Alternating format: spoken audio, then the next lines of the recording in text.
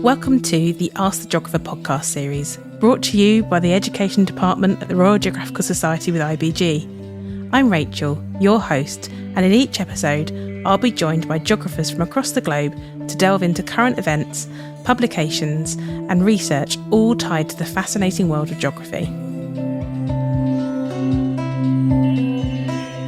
Hello and welcome to another episode of Ask the Geographer, where today I am joined by Professor of Geomorphology and Environmental Geography at the University of Glasgow, Larissa Naylor.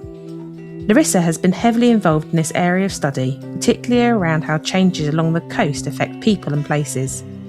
She has played a key role in shaping national understanding of climate change impacts on the coast, including helping to establish the UK Marine Climate Change Impacts Partnership, or NCCIP. This organisation brings together evidence on how climate change is affecting the UK's marine and coastal environments and helps inform policymakers on how best to respond and adapt. She has advised the World Bank, and she is currently an invited expert to the Council of Europe, who oversee the European Court of Human Rights on coastal climate change topics. Larissa joins us today to talk about coastal geomorphology, how climate change is impacting the coast, and ways in which we can adapt to these impacts, all key areas of A-level geography. Larissa, welcome to the podcast. Thank you very much. I'm delighted to be here today. Before we get into the main part of the podcast, please could you just explain what coastal geomorphology is? Yes, so coastal geomorphology is understanding how the landforms at the coast are shaped and formed and how those change through space and through time. And it differs from geology because geology is a study of how the Earth's materials themselves form. So the geomorphology overprints on that, and a series of abiotic and biotic processes act to weather away and break down those rocks and sediment to create the beaches, the dunes, the spits, the cliffs, the arches, stacks, all these wonderful things at the coast that we go and enjoy. You just mentioned processes there, and our A-level students often look at coastal landforms that change through several processes. Which do you feel is the most influential process? That's an easy and a difficult question at the same time.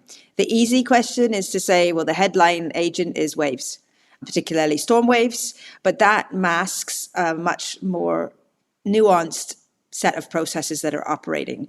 So my specialty in my PhD was rocky coasts, and a leading Japanese geomorphologist said it's the force of waves is greater than the resisting force of the rock, you'll get erosion of hard rock coasts.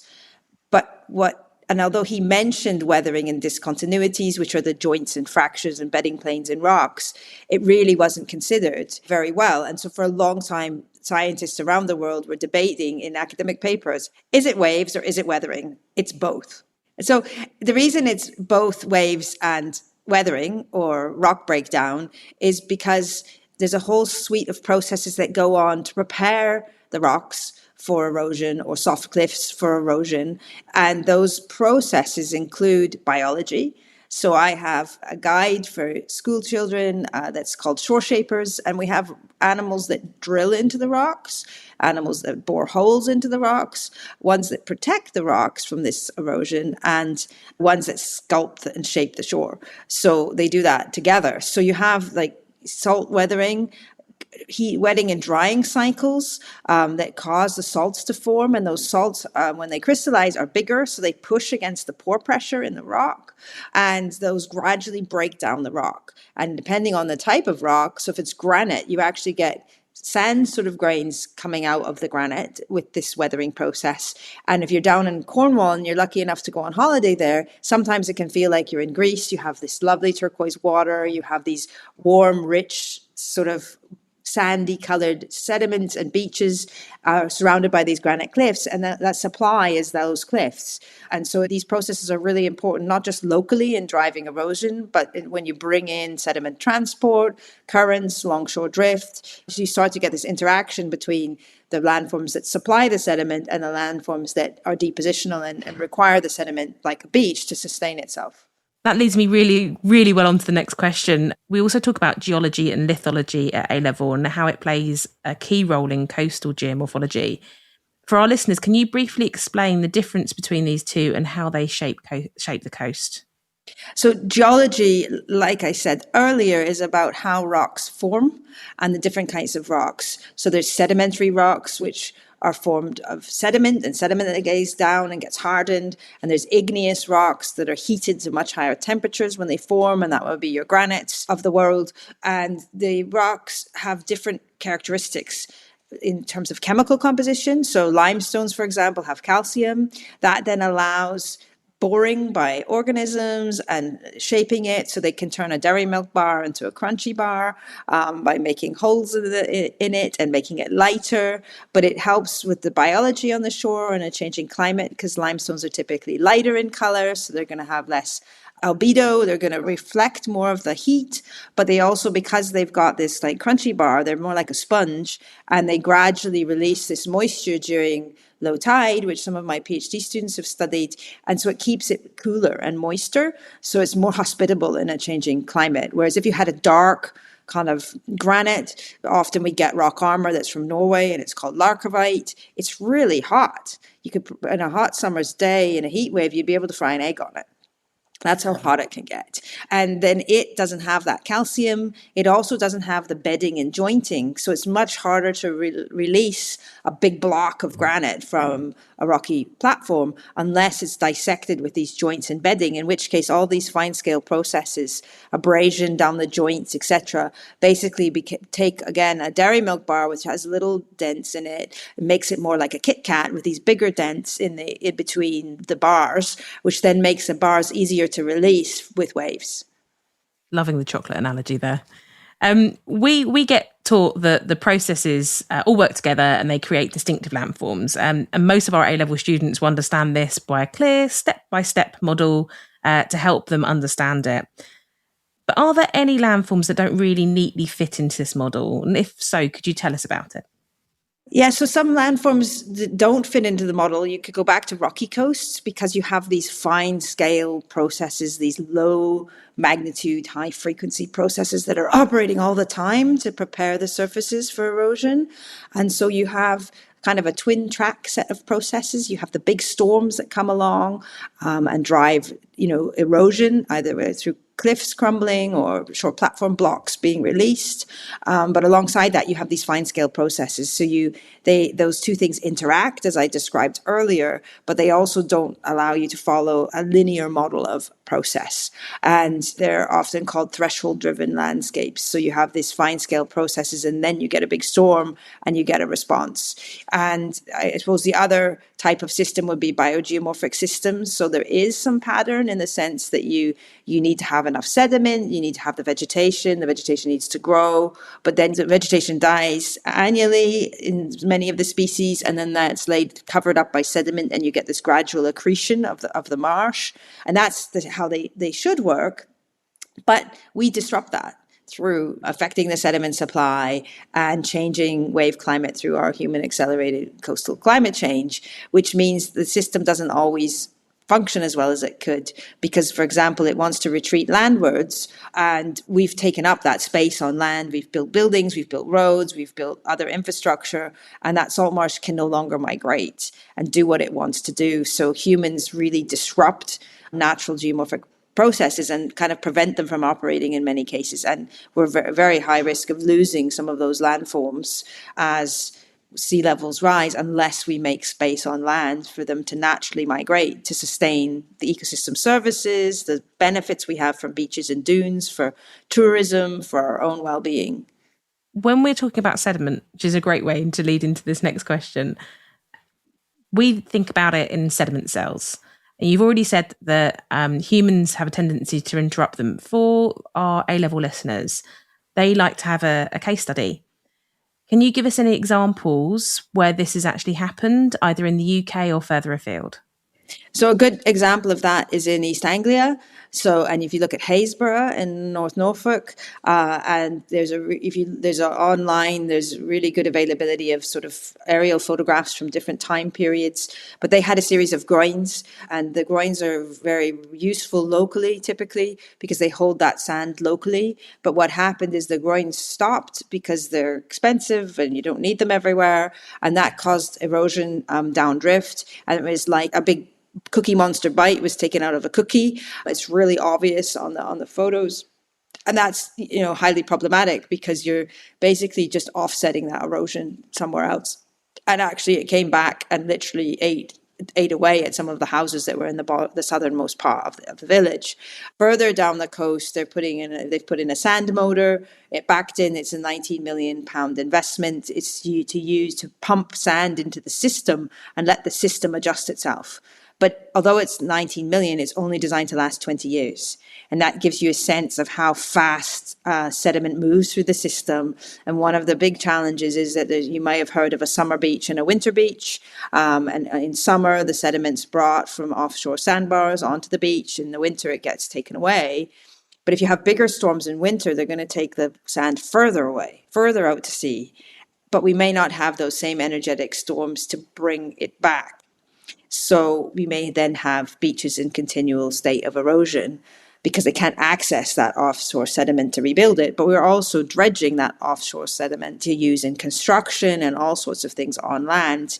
And, water is going to become a tradable commodity on the stock market. Sand is also probably going to become highly valuable and highly expensive because the Netherlands and all of these countries in Europe are dependent upon continually being able to build their sand and their dikes high enough to reduce risk of flooding, enhanced erosion and flooding. But I had an interesting conversation that's more positive about somebody who's working on Greenland, an ice retreat, and they're a glacial geomorphologist rather than a coastal geomorphologist. But Greenland is basically gaining sediment as these glaciers melt. There's a big pulse of sediment out to the coast. And they're kind of overloaded with sediment. So perhaps they could sell some of the sediment to the Netherlands, to the UK, and to other countries that are in sediment deficit. Which all sounds great, and it is positive because there is a positive spin on ice melt because there's suddenly more supply of sediment. But do we want to lock ourselves in to a system where we have to spend a lot of money, use large ships, and you're looking at what's happening in Iran at the moment and the Gulf of Hormuz, that we're then at the perils of what's going on geopolitically in the world about that sand supply being available, both in quantity and practically, of getting it across the sea to where it needs to be. It seems like it's a bit of a self-perpetuating problem there. Yeah, and I was just saying before we started that I've got a new diagram or a revision of a diagram that I'm really excited about. And partly it's signaling that sediment-based systems and nature-based solutions, such as restoring sand dunes, if you're going to hold the current or they hold the existing coastal line with nature, then you're going to have to repair and renew nature just as you do a coastal defense, a traditional seawall, a rock armor. And so the only way to let the landscape respond and the landscape respond to reduce that input, it may not entirely remove it, is to allow the coast to migrate landwards as sea level rises. So thinking of the bigger picture, how has climate change already affected coastal geomorphology beyond increasing rates of erosion? And how might it lead to further impacts in the future? Yeah, so that's an easy question. And again, it's one that's got an easy answer and a more detailed answer. The easy answer is, land loss from coastal flooding and erosion is unavoidable, whether the land is going to be permanently inundated or whether the land is going to be eroded away. And so the landscape is going to respond to sea level rise and the landforms that the landscape is comprised of.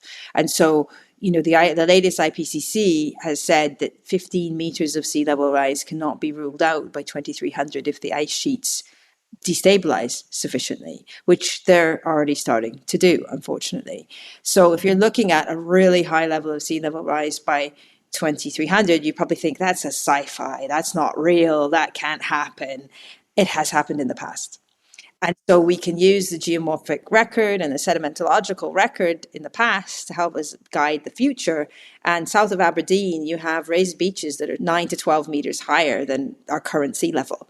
It's happened in the past. It's imprinted on the landscape. We also have that at Westward Ho. So what that shows us is our coast is highly dynamic and it's highly responsive to changes in sea level. A really good example in the UK is slapped in Lee or slapped in line where the A379 goes, because historically that barrier wasn't there. It's a geologically young feature. It's like 3,000 to 5,000 years old. It's really low lying. And the lagoon behind it was salty before. And we've put a road on it, and it's a road that connects two communities. Then the communities have been badly damaged this year by storms.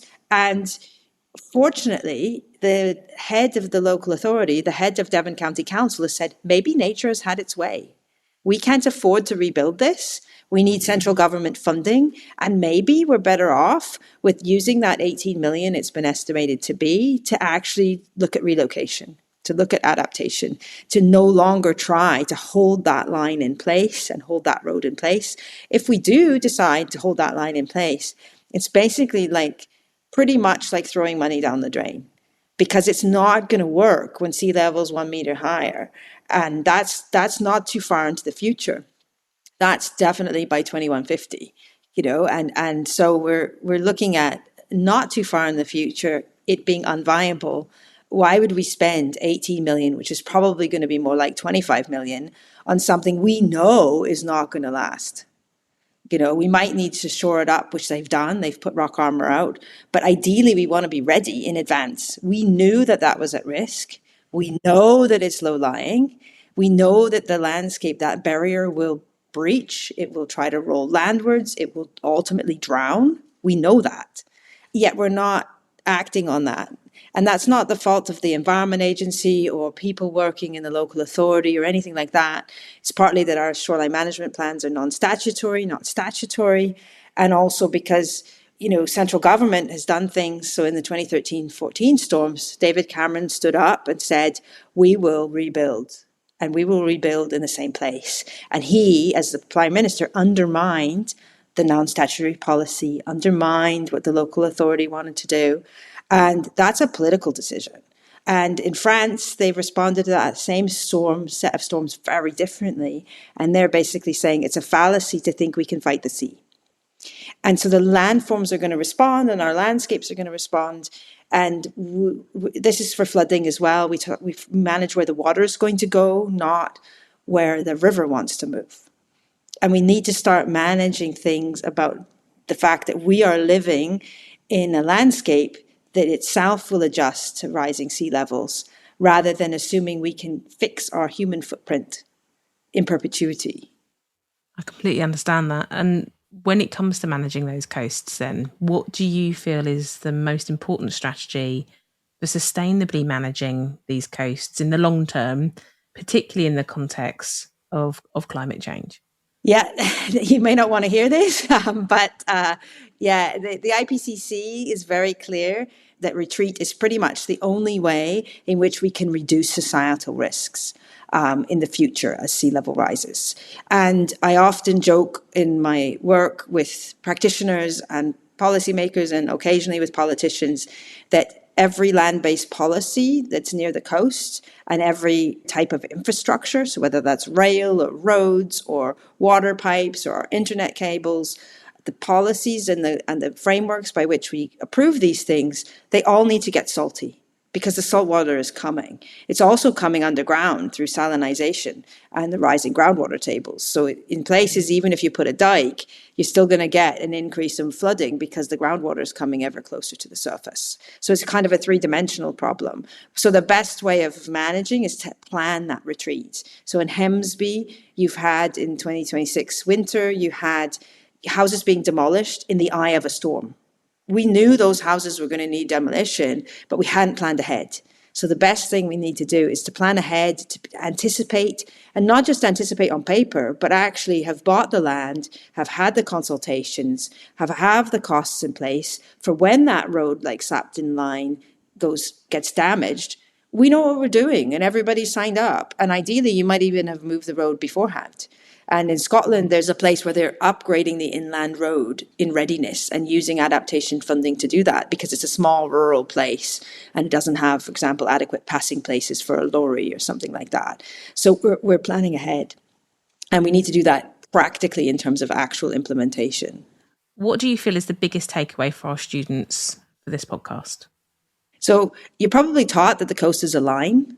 You might even be taught that the shore platforms are wave cut platforms. And what I want you to take away is do not refer to the coast as a line. We might think about measuring shoreline change, which is how far a coast has accreted or eroded. We would use a line for that. But the coast itself is a dynamic interface zone. And like I said, when sea level was much higher, the beaches were much higher and they were further inland.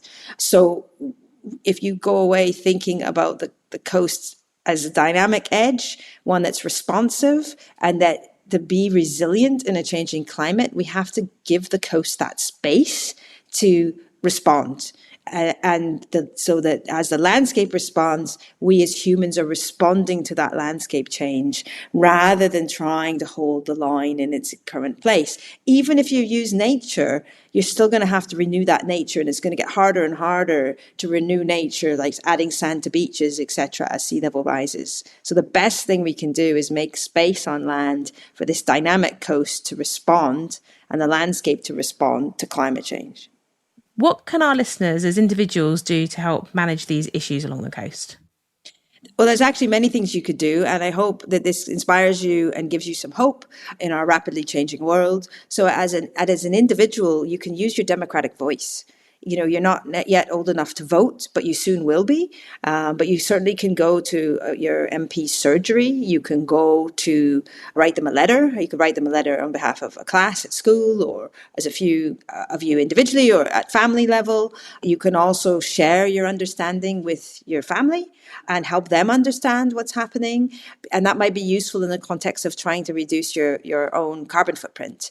Because the sooner we mitigate and reach net zero, the less the rate of sea level rise will be. So we want sea level to rise slower and not as much. And the flip side of how do we do that is about mitigation. So I often encourage young people to make it cool to have the oldest tech. You don't need the most recent tech, and make that trendy. Because if you make it trendy, others will follow, and you'll save a lot of carbon in the production of that tech that you use, whether it's wearable or phones or whatever it is. But also you could change your diet, you can change your travel habits. There's all sorts of things you can do to help mitigate and encourage others to mitigate as well. So make bus travel cool as a young person, rather than, we got to wait for the bus, it's not, I can't wait till I can drive. And so it's about changing our mindsets, really. And so that's something everybody has the power to do as an individual. And I would encourage you to do that. But also, if you go on and study geography at university, it's an excellent subject because it's inherently interdisciplinary, and you need these types of thinkers, right? We need good thinkers who can think across disciplines, across timescales. So, we have this dilemma here in Glasgow where the city region planners are saying we can't think to 2100 because the planning cycles are like 15 years for local development plans. It's completely out of kilter with building a seawall, which we're quite happy to do for 80 to 100 years. And it struck me that, Glasgow was 850 years old in 2025. Edinburgh was 900 years old. And how can we bring the future forward? Well, we can start to think, well, what do we want Glasgow to look like at 1,000? And Edinburgh to look like as 1,000. And do we want to be repeatedly flooded and to look back and say, they knew, we had the data, we could see the future, and we chose not to act on it? Or is it like, we've made bold, big decisions that might not be societally or politically that popular now, but they're giving that intergenerational justice and that future flexibility. So it's about really being innovative. And for those of you and geographers are really well placed because we can talk to scientists and we can be a scientist, but we can also talk to people and have your career focused on talking to people and or using creative practice to help bring some of these issues to light in a way that's encouraging and shows we can make a difference and we can make our future better. Larissa, thank you again for joining us today and giving our audience an opportunity to develop their understanding of the importance of coastal geomorphology, how climate change impacts the ever-changing landscape, and the potential methods of sustainable management. These responses will help our A-level listeners to think about coasts as systems which are shaped by multiple interacting processes operating over different timescales, as well as how they are increasingly influenced by human activity, including climate change. Thank you for joining us. Great. Thank you very much for having me. I hope it's enthused and inspired the listeners. Thank you for tuning in. If you enjoyed this podcast, don't forget to subscribe to the Ask the Geographer podcast series on soundcloud.com or your preferred streaming platform. Dive deeper into the world of geography and stay informed with our wide range of resources, many of which are available for free. School membership grants access to even more resources, including online lectures and supporting materials for both teachers and learners. Explore our resources and discover our additional offers for education at www.rgs.org/schools.